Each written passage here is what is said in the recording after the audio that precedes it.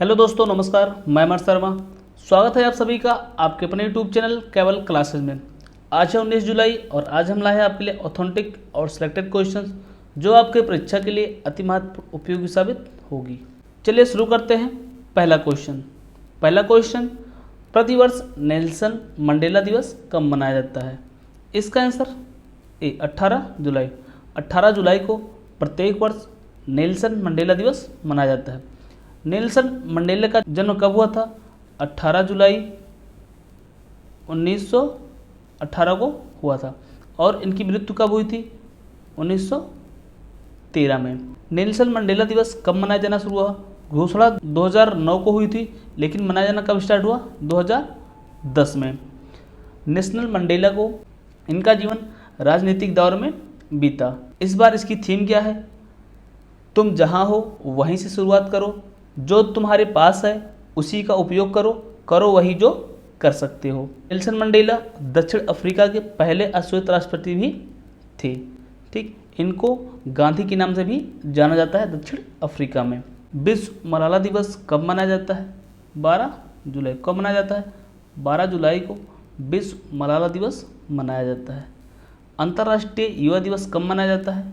12 अगस्त को। कब मनाया जाता है? 12 अगस्त को मनाया जाता है। और राष्ट्रीय युवा दिवस कब मनाया जाता है? 12 जनवरी को। किसके जन्मदिन पर? स्वामी विवेकानंद के जन्मदिन पर मनाया जाता है। चिकित्सक दिवस कब मनाया जाता है? 1 जुलाई को। कब मनाया जाता है? 1 जुलाई को मनाया जाता है। किसके जन्मदिन पर मनाया जाता है? डॉक्टर विधान राय के जन्मदिन पर मनाया जाता है। राष्ट्रीय एकता दिवस कब मनाया जाता है? 31 अक्टूबर को। कब मनाया जाता है? 31 अक्टूबर को मनाया जाता है। राष्ट्रीय महिला दिवस कब मनाते हैं? 13 फरवरी को। कब मनाते हैं? 13 फरवरी को मनाते हैं। किसके जन्मदिन पर मनाते हैं? सरोजिनी नायडू के जन्मदिन पर मनाया जाता है। और 13 फरवरी को कौन सा दिवस मनाया जाता है? इसको आपको कमेंट बॉक्स में कमेंट करना है। विश्व छात्र दिवस कब मनाया जाता है? 15 अक्टूबर को। कब मनाया जाता है? 15 अक्टूबर को मनाया जाता है। पराक्रम दिवस किसकी जयंती पर मनाया जाता है? सुभाष चंद्र बोस के जन्मदिन पर मनाया जाता है। कब मनाया जाता है? 23 जनवरी को। कब मनाया जाता है? 23 जनवरी को मनाया जाता है। अगला क्वेश्चन, हाल ही में कौन सा राज्य अपनी इंटरनेट सेवा वाला पहला राज्य बन गया है? इसका answer C, Kerala. Kerala internet सेवा देने वाला देश का पहला और एकमात्र राज्य बन गया है। कौन बना है? केरल। इसकी घोषणा किसने की थी? इसकी घोषणा Kerala fibre optic network limited ने इसकी घोषणा की थी। इसका उद्देश्य क्या है? सभी राज्यों में इंटरनेट पहुंचाना। बीपीएल परिवारों को और 30,000 सरकारी कर्मचारियों के कार्यालयों में मुफ्त इंटरनेट प्रदान किया जाएगा। इसको कब लॉन्च किया गया था? 2019 में। कब लॉन्च किया गया था? 2019 में लॉन्च किया गया था। केरल की राजधानी क्या है? तिरुवनंतपुरम। केरल के मुख्यमंत्री कौन है? पिनरई विजयन। और केरल के राज्यपाल कौन है? आरिफ मोहम्मद खान। इसको आपको याद रखना है। संतोष ट्रॉफी 2022 का खिताब किसने जीता है? केरल ने। किसने जीता है? केरल ने जीत लिया है। टाइम पत्रिका के 2020 के महानतम स्थानों की सूची में भारत का कौन सा शहर शामिल हुआ है? अहमदाबाद। कौन सा? अहमदाबाद और केरल। कौन सा शामिल हुआ है? अहमदाबाद और केरल शामिल हुआ है। वेम्बनाड और पेरियार झील कहाँ स्थित है? केरल में। कहाँ स्थित है? केरल में स्थित है। मोहिनीअट्टम किस राज्य का लोक नृत्य है? केरल का। किस राज्य का लोक नृत्य है? केरल का लोक नृत्य है। साइलेंट वैली नेशनल पार्क कहाँ स्थित है? केरल में। कहाँ स्थित है? केरल में स्थित है। ओणम महोत्सव किस राज्य में मनाया जाता है? केरल में मनाया जाता है। किस राज्य में मनाया जाता है? केरल में मनाया जाता है। और पोंगल महोत्सव किस राज्य में मनाया जाता है? तमिलनाडु में मनाया जाता है। अगला क्वेश्चन, हाल ही में नेशनल स्टॉक एक्सचेंज का एमडी और सीईओ किसे नियुक्त किया गया है? इसका आंसर सी, आशीष कुमार चौहान। आशीष कुमार चौहान को नेशनल स्टॉक एक्सचेंज का एमडी और सीईओ नियुक्त किया गया है। किसके स्थान पर? विक्रम लिमये के स्थान पर नियुक्त किया गया है। नेशनल स्टॉक एक्सचेंज की स्थापना कब हुई थी? 1992। कब हुई थी? 1992 में हुई थी। इसका मुख्यालय कहाँ स्थित है? मुंबई। इसका मुख्यालय कहाँ स्थित है? मुंबई में स्थित है। इसका सूचकांक क्या है? निफ्टी। क्या है? निफ्टी इसका सूचकांक है। इसके अध्यक्ष कौन बने? आशीष कुमार चौहान। और बॉम्बे स्टॉक एक्सचेंज की स्थापना कब हुई थी? 1875 में। कब हुई थी? 1875 में हुई थी। यह भारत का सबसे पुराना स्टॉक एक्सचेंज है। कौन? भारत का सबसे पुराना स्टॉक एक्सचेंज कौन है? Bombay stock exchange. इसका मुख्यालय कहाँ स्थित है? मुंबई। कहाँ स्थित है? मुंबई में स्थित है। इसका सूचकांक क्या है? सेंसेक्स। कौन है? सेंसेक्स इसका सूचकांक है। इसको आपको याद रखना है। परीक्षा में पूछा जाता है कि नेशनल स्टॉक एक्सचेंज का सूचकांक कौन है और बॉम्बे स्टॉक एक्सचेंज का सूचकांक क्या है, इसको आपको याद रखना है। सेबी की पहली महिला अध्यक्ष कौन है? माधुरीपुरी बुच। कौन है? माधुरीपुरी बुच। माधुरीपुरी बुच सेबी की पहली महिला अध्यक्ष है। नाबार्ड के वर्तमान में अध्यक्ष कौन है? गोविंद चिंतालू। कौन है? गोविंद चिंतालू नाबार्ड के वर्तमान में अध्यक्ष है। इसको आपको याद रखना है। नीति आयोग का सीईओ किसे नियुक्त किया गया है? परमेश्वरन अय्यर को। किसे? परमेश्वरन अय्यर को नियुक्त किया गया है। और इसके उपाध्यक्ष कौन बने हैं? सुमन के बेरी। भारत का उप चुनाव आयुक्त किसे नियुक्त किया गया है? आर के गुप्ता को। किसे नियुक्त किया गया है? आर के गुप्ता को नियुक्त किया गया है। भारतीय उद्योग परिसंघ का अध्यक्ष किसे नियुक्त किया गया है? आर दिनेश को। किसे? आर दिनेश को नियुक्त किया गया है। संघ लोक सेवा का अध्यक्ष किसे नियुक्त किया गया है? मनोज सोनी को। किसे नियुक्त किया गया है? मनोज सोनी को नियुक्त किया गया है। अगला क्वेश्चन, हाल में आईएनएस सिंधु ध्वज को कहाँ से सेवा मुक्त किया गया है या डीकमीशन किया गया है? इसका answer B, Visakhapatnam, Andhra Pradesh. INS Sindhu ध्वज को विशाखापट्टनम से सेवा मुक्त किया गया है। 35 साल के बाद सेवा देने के बाद इसको सेवा मुक्त कर दिया गया है। कब सेवा मुक्त किया गया है? 16 जुलाई 2022 को। इसका निर्माण किस देश ने किया था? रूस ने। किस देश ने किया था? रूस ने किया था। यह 10 किलोग्राम की श्रेणियों की पनडुब्बियों में से एक है। यह एकमात्र ऐसी पनडुब्बी है जिसे प्रधानमंत्री नरेंद्र मोदी ने इनोवेशन के लिए chief of naval staff rolling trophy से सम्मानित किया था। किसे सम्मानित किया था? Chief of naval staff rolling से सम्मानित किया था। इसको आपको याद रखना है। अगला क्वेश्चन, हाल में एनडीए ने उपराष्ट्रपति पद का उम्मीदवार किसे घोषित किया है? इसका आंसर ए, जगदीप धनखड़। जगदीप धनखड़ को एनडीए ने उपराष्ट्रपति पद का उम्मीदवार घोषित किया है। जगदीप धनखड़ वर्तमान में पश्चिम बंगाल के राज्यपाल हैं। और विपक्ष में कौन है? Margaret alba. द्रौपदी मुर्मू पहले आदिवासी महिला राष्ट्रपति पद के लिए चुनी गई हैं। उपराष्ट्रपति पद का चुनाव कब होगा? 6 अगस्त को उपराष्ट्रपति पद का चुनाव होगा। इसके पहले कौन था? एम के वेंकैया नायडू। कौन था? एम के वेंकैया नायडू। इनका कार्यकाल कब समाप्त होगा? 10 अगस्त को इनका कार्यकाल समाप्त हो जाएगा। उपराष्ट्रपति बनने के लिए योग्यताएं कौन कौन सी होनी चाहिए? वह भारत का नागरिक होना चाहिए, 35 वर्ष की आयु होनी चाहिए, राज्यसभा बनने की योग्यता रखता हो, किसी भी लाभ के पद पर धारण न करता हो। इस उपराष्ट्रपति के चुनाव में कौन भाग ले सकता है? दोनों सदनों के निर्वाचित सदस्य और मनोनीत सदस्य इसमें भाग ले सकते हैं। उपराष्ट्रपति पद के प्रस्तावक और अनुमोदक की संख्या कितनी होनी चाहिए? प्रस्तावक 20 और अनुमोदक 20 होने चाहिए। इसको आपको याद रखना है। राज्यसभा का पदेन सभापति कौन होता है? उपराष्ट्रपति। कौन होता है? उपराष्ट्रपति राज्यसभा का पदेन सभापति होता है। किस अनुच्छेद के तहत भारत का एक उपराष्ट्रपति होगा? अनुच्छेद 63 के तहत। भारत का उपराष्ट्रपति किस देश के संविधान से लिया गया है? अमेरिका के संविधान से लिया गया है। किस संविधान से लिया गया है? अमेरिका के संविधान से लिया गया है। उपराष्ट्रपति को शपथ कौन दिलाता है? राष्ट्रपति के द्वारा नियुक्त किसी भी व्यक्ति के द्वारा उपराष्ट्रपति पद की शपथ दिलाई जाती है। कार्यवाहक राष्ट्रपति का कार्यकाल कितना होता है? 6 महीने। कितना होता है? 6 महीने होता है। भारत रत्न से सम्मानित होने वाले पहले उपराष्ट्रपति कौन थे? Doctor S Sarvepalli Radhakrishnan. कब सम्मानित किया गया था? 1954 में सम्मानित किया गया था। डॉक्टर सर्वपल्ली राधाकृष्णन ऐसे उपराष्ट्रपति थे जिन्होंने उपराष्ट्रपति का पद भी संभाला था।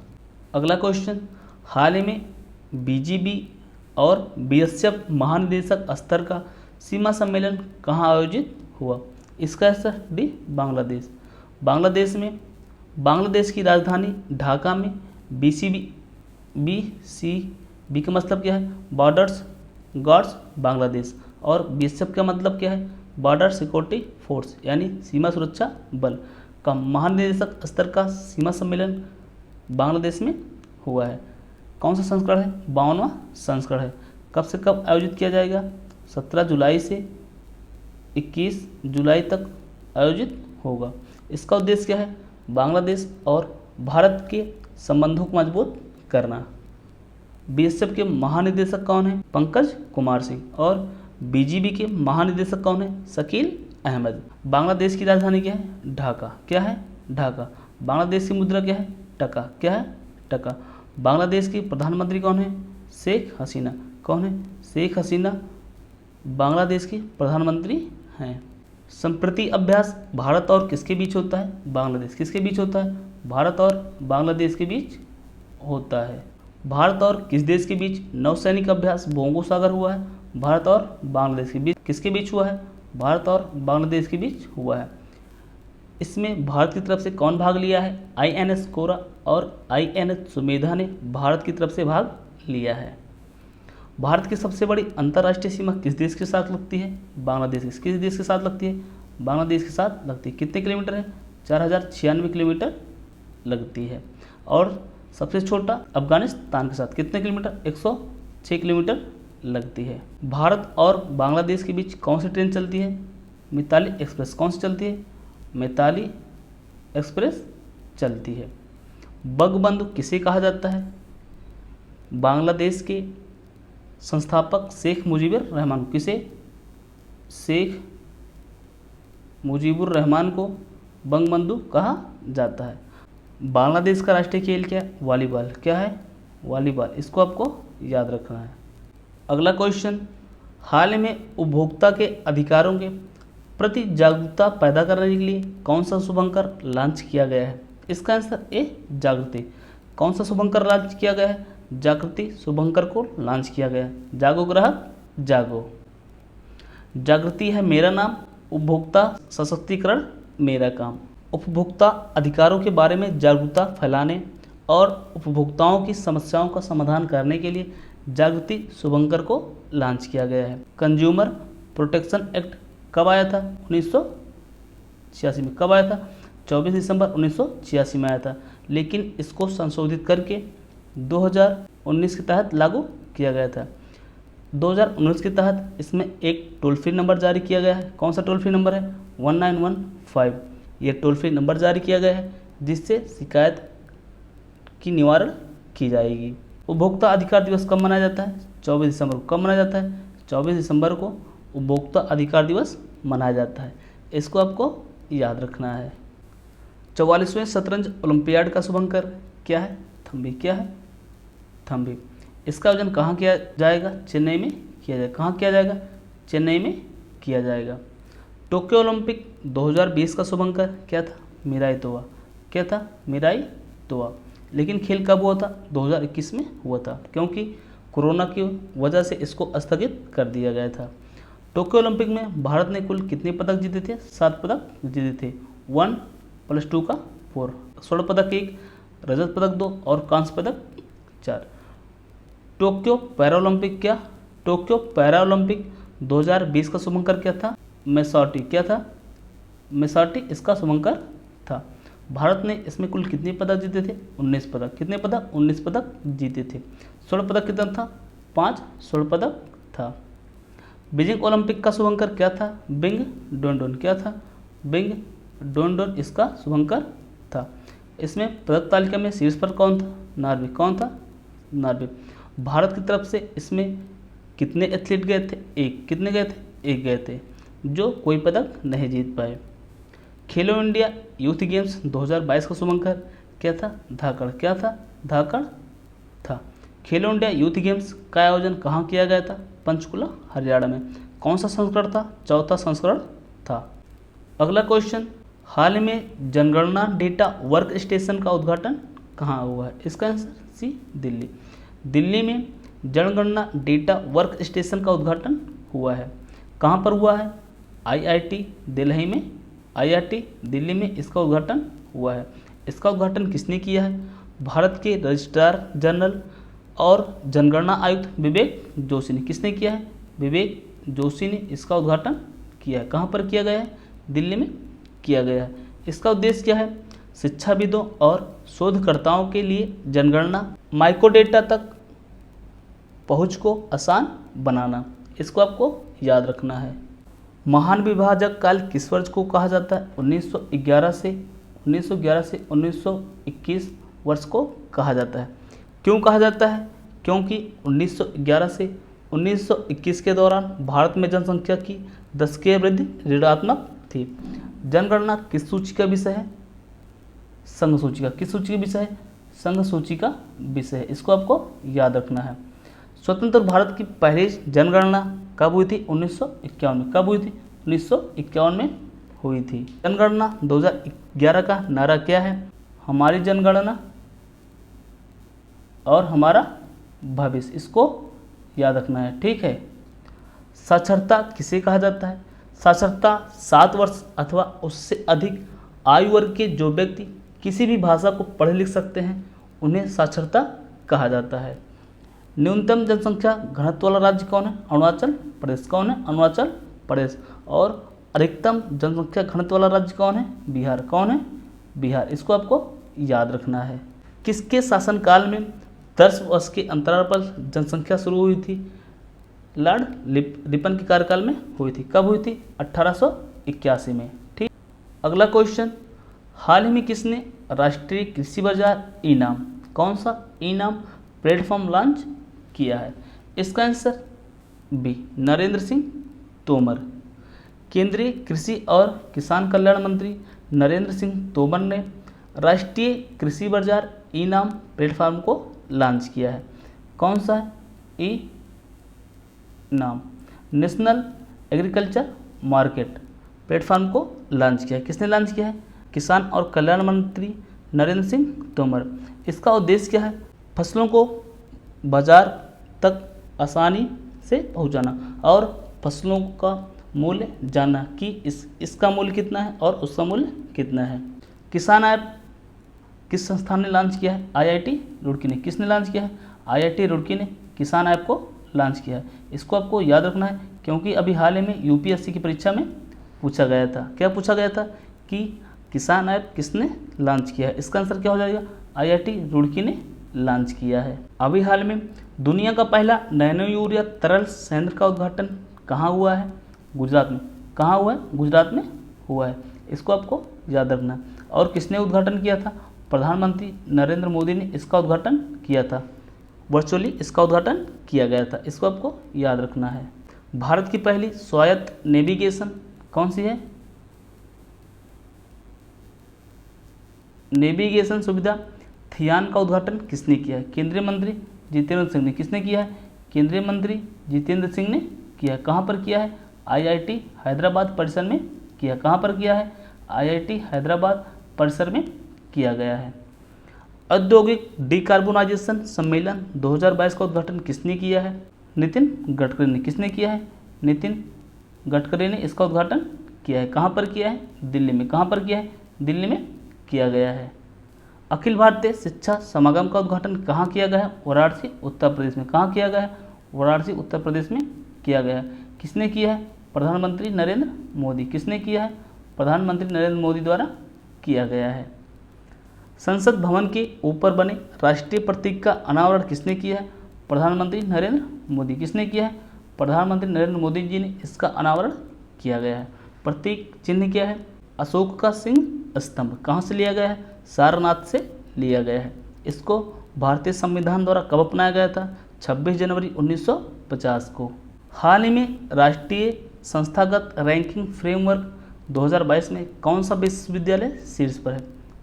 इसका आंसर क्या हो जाएगा? इसका आंसर होगा भारतीय प्रौद्योगिकी संस्थान आईआईटी मद्रास। शीर्ष पर कौन है? आईआईटी मद्रास। इस बार चौथी बार शीर्ष पर है। कौन सी बार? चौथीं बार शीर्ष पर है। दूसरे स्थान कौन है? भारतीय विज्ञान संस्थान बेंगलुरु। और तीसरे स्थान कौन है? भारतीय प्रौद्योगिकी संस्थान IIT बॉम्बे। किसके द्वारा जारी किया गया है? राष्ट्रीय संस्थागत रैंकिंग फ्रेमवर्क NIRF। क्या? NIRF, national institutional ranking framework. केंद्रीय शिक्षा मंत्री कौन है? धर्मेंद्र प्रधान के द्वारा जारी किया गया है।